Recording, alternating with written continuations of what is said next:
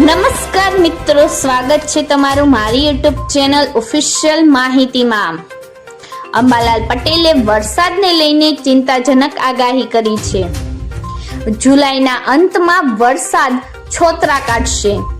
તો આના વિશેની સંપૂર્ણ માહિતી મેળવવા માટે આ વિડીયોને અંત સુધી જરૂર નિહાળજો અને હજુ સુધી મારી ચેનલને સબસ્ક્રાઇબ ના કરી હોય તો સબસ્ક્રાઇબ કરી લેજો। મિત્રો, રાજ્યમાં વરસાદને લઈને હવામાન નિષ્ણાત અંબાલાલ પટેલ અને હવામાન વિભાગ દ્વારા ભારે વરસાદની આગાહી કરવામાં આવી છે।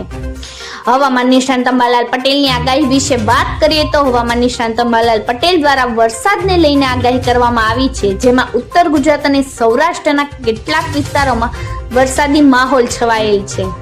તળાંજામાં 3.5 ઇંચ વરસાદ નોંધાયો હતો, જ્યારે તલોદમાં 2.5 ઇંચ વરસાદ નોંધાવા પામ્યો છે। સાથે જ મહેસાણાના વિસનગરમાં 2 ઇંચ વરસાદ નોંધાયો છે।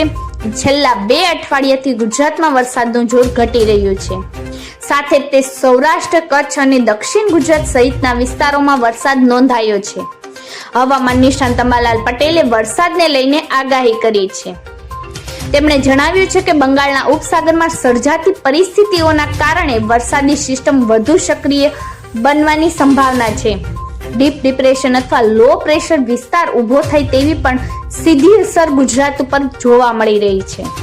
જુલાઈના અંતિમ દિવસોમાં રાજ્યના વિવિધ વિસ્તારોમાં ભારે વરસાદના આગમનની શક્યતા છે, જ્યારે ખાસ કરીને 28 જુલાઈ પછી પવનની ગતિમાં વધારો જોવા મળી શકે છે, જ્યારે સાથે જ કેટલીક જગ્યાએ પવન 50 થી 60 કિલોમીટર પ્રતિ કલાકની ઝડપે ફૂંકાઈ શકે છે, જેના લીધે તંત્રએ સતર્ક રહેવાની અને તાત્કાલિક પગલાં લેવા માટે તૈયાર રહેવાની સલાહ આપવામાં આવી છે।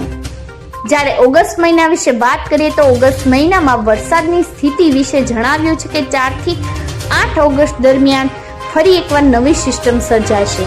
6 થી 10 ઓગસ્ટ દરમિયાન દક્ષિણ ગુજરાતમાં સારો વરસાદ થવાની સંભાવના છે। ત્યાર પછી 17 થી 19 ઓગસ્ટ દરમિયાન બીજી વરસાદી સિસ્ટમ સક્રિય થશે। સાથે 23 ઓગસ્ટ બાદ વરસાદની તીવ્રતા ધીમે ધીમે ઘટશે। વરસાદ સાથે ઝેરી જીવજંતુઓનો ખતરો પણ વધી જશે। સાથે ઓગસ્ટ અને સપ્ટેમ્બર માસમાં પણ ઉંદરા વરસાદ થવાની શક્યતા છે અને ઓક્ટોબર મહિનાની શરૂઆત સુધી વરસાદ ચાલુ રહેવાની શક્યતા પણ દર્શાવવામાં આવી છે।